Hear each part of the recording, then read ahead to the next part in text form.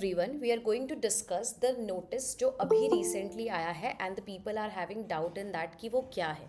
उसके लिए हम सबसे पहले करेंगे जो पुराना नोटिस आया था विच वॉज बेसिकली मतलब वो डिसकॉन्टिन्यूशन के लिए था, विच सेज दैट कि एमफिल जो है वो डिसकॉन्टिन्यू हो गया है even for social work psychiatry and MPhil in clinical psychology. ये दोनों कोर्सेज डिसकॉन्टिन्यू हो गए। ये नोटिस तब आया था 2024 में, 2024 में। ठीक है, ये जो पर्टिकुलर नोटिस आया है ये उसी का एक्सटेंशन है, but it is just going to tell you कि आप कैसे काम करोगे, right, how the things are going to work, ये आपको ये बता रहा है। ठीक है,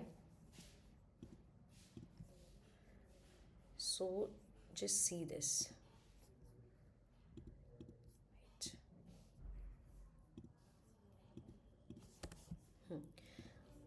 सो ये जो नोटिस है which talks about masters of art and clinical psychology, पहले मुझे बोलने दो एक बार, पूरा समझ लो that what it is saying that. उसके बाद जब ये पूरा का पूरा आपको मतलब मैं बता दूंगी कि ये क्या बोल रहा है, उसके बाद सब लोग मुझे अपने अपने डाउट्स लिख के देंगे कि आपको पर्टिकुलरली क्या डाउट है। ठीक है, सो सबसे पहले आपको क्या करना है, what they are just going to say that is that what they have just said that is कि जो एमफिल डिसकॉन्टिन्यू हुआ है ना, अब एमफिल नहीं होगा। This is what UGC set कि एमफिल नहीं होगा। तो उन्होंने क्या किया, उन्होंने कहा ठीक है हम इसे कैंसिल कर देंगे, बट आप एक बात बताओ, as a counsellor as a psychologist अगर आपको काम करना है तो आपको कुछ तो क्लिनिकल प्रैक्टिस चाहिए ना, कुछ तो आपको चाहिए ना कि यार ये मैंने किया है तभी मैं as a clinical psychologist practice कर सकता हूँ, और आरसीआई रेगुलेटेड भी चाहिए। उन्होंने बस ये काम किया है कि इसका नाम चेंज करके एमए इन क्लिनिकल साइकोलॉजी कर दिया है। सो वी हैव टू एमएज, एक जनरल एमए हो गया, एक एमए इन क्लिनिकल साइकोलॉजी हो गया। तो जो ये एमए इन क्लिनिकल साइकोलॉजी है ना, this MA in clinical psychology is talking about what, this is talking about your RCI approved and to become a clinical psychologist. ठीक है, अब इसकी क्राइटेरिया इन्होंने सब पूरे चेंजेस बताए हैं कि यूनिवर्सिटी में भी हम इसको कैसे अप्लाई कर सकते हैं।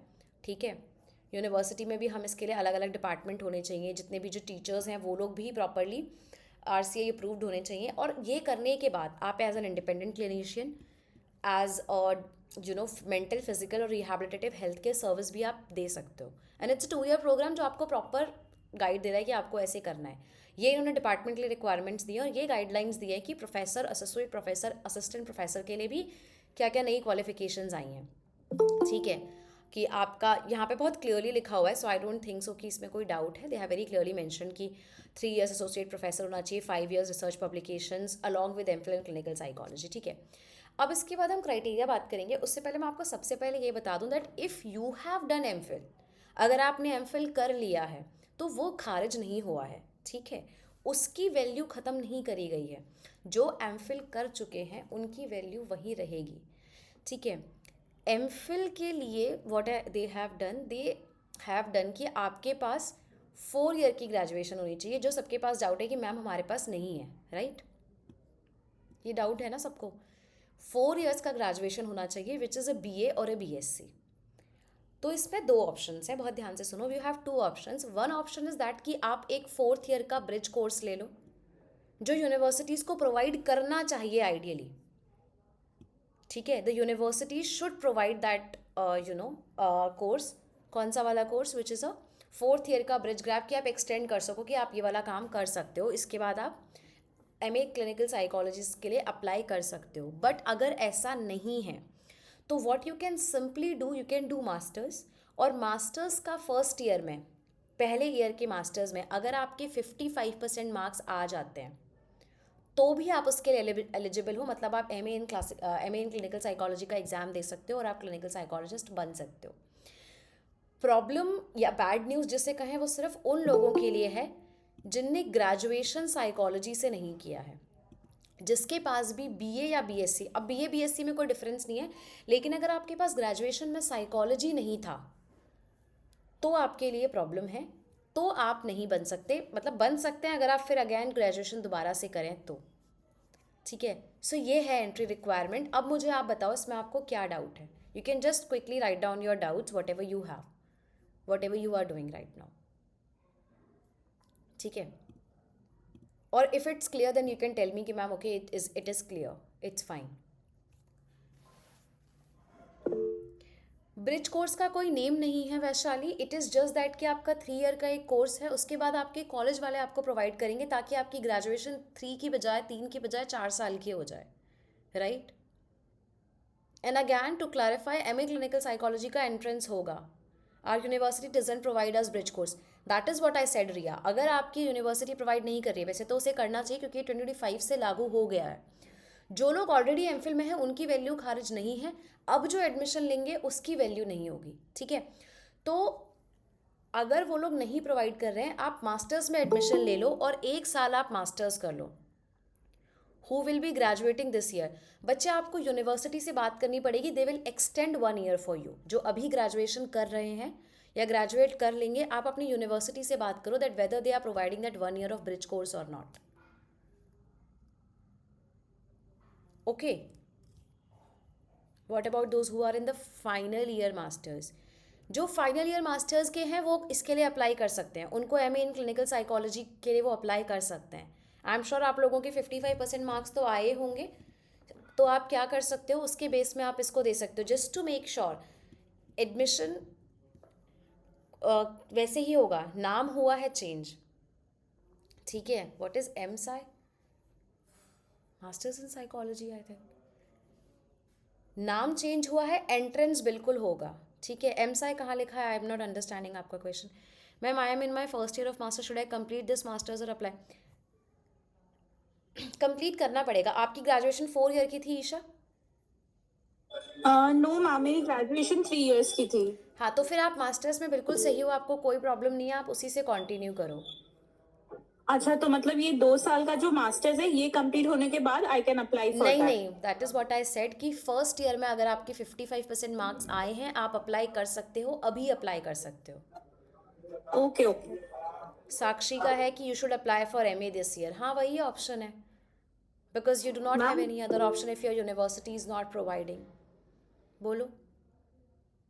मैम इनकेस अगर हम फर्स्ट ईयर में अप्लाई करते हैं देन नेक्स्ट ईयर से हमारी एमए क्लिनिकल साइकोलॉजी बिगिन हो जाएगी, हमें अगेन 2 इयर्स देने पड़ेंगे हाँ, क्लिनिकल वो साइकोलॉजी एमए में। क्लिनिकल साइकोलॉजी का बस नाम बदला है, वो है MPhil he.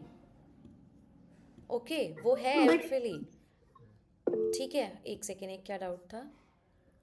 We should apply for MA, guys people are joining and leaving, तो मैं मैसेज नहीं देख पा रही हूँ। So we don't have to apply for MPhil this year, you can not do Suhani. अगर आपकी ग्रेजुएशन 3 ईयर की थी तो आप एमफिल में कर ही नहीं सकते हो, आपको 4 ईयर चाहिए, नहीं तो फर्स्ट ईयर मास्टर्स में तो आपको चाहिए ही चाहिए। तो I think you should do masters first year. Based on the question, masters need to be clinical psychology only और any stream work can be apply for. नहीं नहीं नहीं, मास्टर्स आपकी किसी में भी हो सकती है। अगर आपको क्लिनिकल साइकोलॉजी में करना है तो फर्स्ट ईयर मास्टर्स में 55% आपका किसी में भी हो सकता है। Yes, okay, I'll repeat for you. It is not mandatory that you should do masters in clinical psychology. Your masters can be of any stream for first year, and if you get 55% in first year of your masters, you can easily apply for the exam of MA in clinical psychology just by completing your first year also. But they have started applications for MPhil 2025. What about that? About that, Suhani, if they are providing MPhil for 2025, so you have to look their particular criteria what they are looking, कि वो कौन सा कर रहे हैं। According to me it should not be that, but if they are giving you and giving you the opportunity, I think you should do that, but do very very carefully, because in future क्या होता है, if the value do not, मतलब वो नहीं रहती है, तो आपकी डिग्री की वैल्यू ख़त्म हो जाती है। whether bachelor student should extend it their 4th year, you should do that if you want to do clinical psychology। और अगर आपकी यूनिवर्सिटी आपको प्रोवाइड कर रही है, इट इज़ हाईली रिकमेंडेबल कि आप उसको वो करो, एक्सटेंड करो 4th ईयर के लिए। सो मैम, हमें फर्स्ट ईयर में एडमिशन लेना होगा एमए पे and then we'll drop in the middle of the course? Drop करने की ज़रूरत ही नहीं पड़ेगी आपको। आप फर्स्ट ईयर का आपका मास्टर्स होता है, आप उसके बाद अप्लाई कर सकते हो एंट्रेंस के लिए। एंट्रेंस होगा, एग्ज़ाम होगा, इतना टाइम लग जाएगा, तब तक आपकी मास्टर्स हो जाएगी। तो ma'am technically it is again 3 to 2 years वाला, मतलब 7 years टोटल होंगे ना? वो होल्ड करना पड़ेगा ना, बिकॉज बैचलर्स नहीं करा है आपने। वो 7 तो फिर उसका इतना नहीं है, वो ओके तो मैम। एंट्रेंस में हो जाएगा, आप उसके लिए एलिजिबल हो जाओगे। Ma'am, Okay, I'm in okay. third year of BA honors. Should I do the fourth year bachelor's or do 2 years master's? देखो better तो ये रहेगा कि आप fourth year bachelor कर लो if you want to do clinical psychology. If you want to enter, like मतलब you don't have any choice, you strictly want to go for clinical psychology, तो आपको fourth year bachelor करना चाहिए. लेकिन अगर आपको ये है I can look for the options, so I think you should go for masters because it will anyway give you a higher degree. If you don't go for fourth year, so it will be 3 years bachelor's, then 2 years of masters, and then again 2 years of this new course after the MPhil. हाँ actually ऐसा ही है but what they have says that कि first year of master program में आप apply कर सकते हो. तो आई फील दैट कि they are not asking for you to complete it, they are just asking कि आप फर्स्ट ईयर में 55% मार्क्स ले आओ, एंट्री दे दो. अब देखो बच्चे एंट्रेंस है ना, आप इस चीज़ को भी समझो कि एंट्रेंस टेस्ट भी इतना आसान नहीं होता है. You have to clear that entrance exam for clinical psychology. So rather than just leaving the option the masters in between, I think आप भी सोचोगे कि यार मास्टर्स कंप्लीट कर लेते हैं बिकॉज एंट्रेंस का तो कोई श्योरिटी नहीं है ना वेदर वी विल क्लियर और not. I am not saying you will not clear, I understand your potential, I am just talking from the perspective of everything. Yes, Ayushi, clear? Akriti, clear? Ma'am, but our college doesn't provide that fourth year graduation. That's a demerit for you. Then you have to do for the masters ना. आपको masters first year में apply करना पड़ेगा. That is what I am saying. आपको masters first year करना पड़ेगा and then उसके बाद you can apply for MA clinical psychology.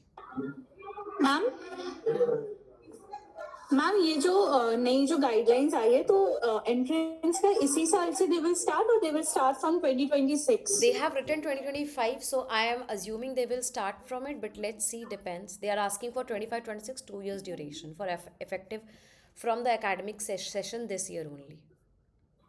Ma'am क्योंकि मैंने अभी फिलहाल मैंने फर्स्ट सेम के एग्जाम्स दिए हैं तो सेकंड सेम कंप्लीट करते करते तो अक्टूबर हो जाएगा, अक्टूबर नवंबर. हाँ उसके बाद देना होगा फिर आपको.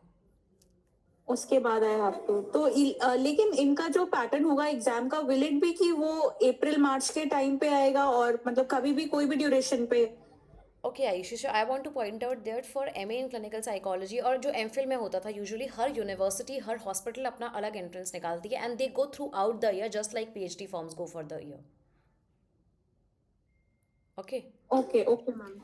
Ma'am, what do you suggest? Like, should we be a part of this experimental thing? Also, ma'am, entrances for masters to दे देना because seat तो reserve रखें अपनी, right? Yeah, you have to do that.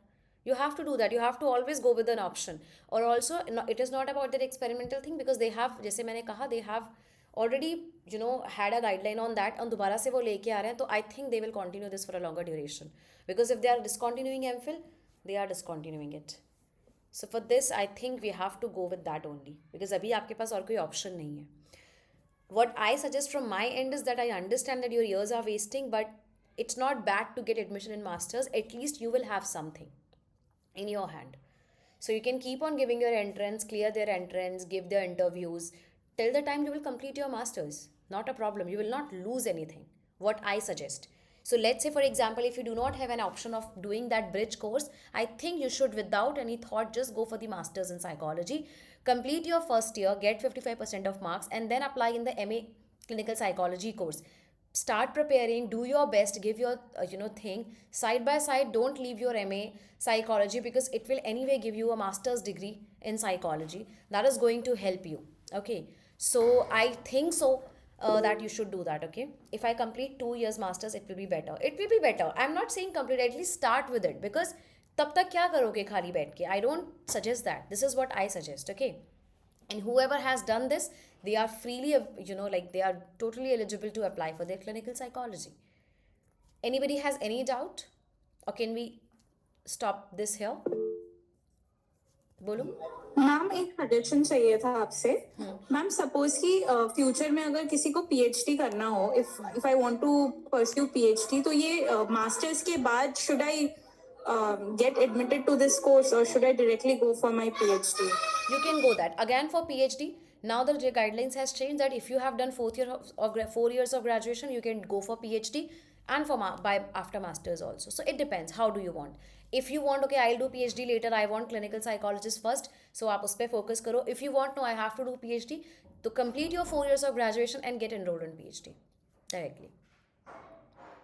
और ma'am जैसे मेरा 3 years का है तो I will complete my masters and then I will apply for the you have to do masters. 3 years के बेसिस में आपको PhD नहीं मिलेगा.